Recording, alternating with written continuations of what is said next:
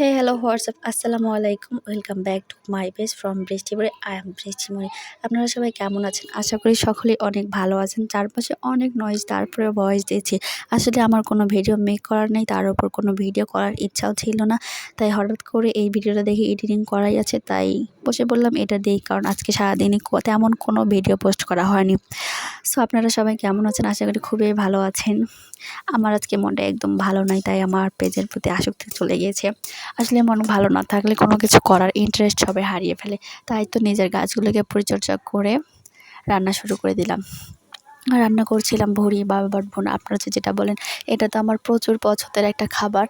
মাঝে মাঝে রান্না করে খেয়ে ফেলি। এটার সঙ্গে যেদিন রান্না হয় সেদিন অবশ্যই পরোটা বানাই, যাতে পরোটা আমার খাইতে খুব ভালো লাগে ভুড়ি দিয়ে। বলছিলাম যে ভীষণ মন খারাপ, কারণ রিজিকের মালিক আল্লাহ। আল্লাহ যে কার ভাগ্যে কখন কী লিখে রাখছে সেটা বলা যায় না। অবশ্যই ভালো কিছুই রাখছে। ভালো সময়ে যেমন আমরা আলহামদুলিল্লাহ বলি, খারাপ সময়ে যে আমরা আলহামদুলিল্লাহ বলবো না এমনটা কিন্তু নয়। কারণ ভালোটা যেমন আল্লাহই দেয়, খারাপটাও কিন্তু আল্লাহই দেয়। একটা মানুষকে পরীক্ষা করার জন্য হলেও আল্লাহ তাআলা মানুষকে খারাপ দেয়। সো সব পরিস্থিতিতেই আলহামদুলিল্লাহ আল্লাহ যেটা রাখছে সেটাই হবে। তো আমার একটু সমস্যার মধ্যে আছি বলতে, অনেক প্রবলেম। যাই হোক, এসব কথা অনেক পরে আপনাদের সঙ্গে শেয়ার করব। কালকে আমার এক্সাম আছে, কোনো ভিডিও বানাই করার ইচ্ছা ছিল না। পড়াশোনা করতেও মন বসতেছে না, কি করব বুঝতেছি না। তাই ভাবলাম যে বানাই ফেলি। একটা ভিডিও না দিলে কেমন জানি হয়ে যাচ্ছে।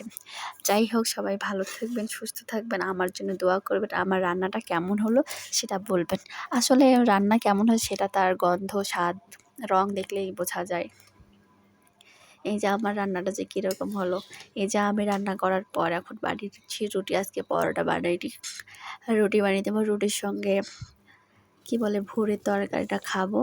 আসলে ভালোই লাগবে, এটা খুব ভালো একটা খাবার।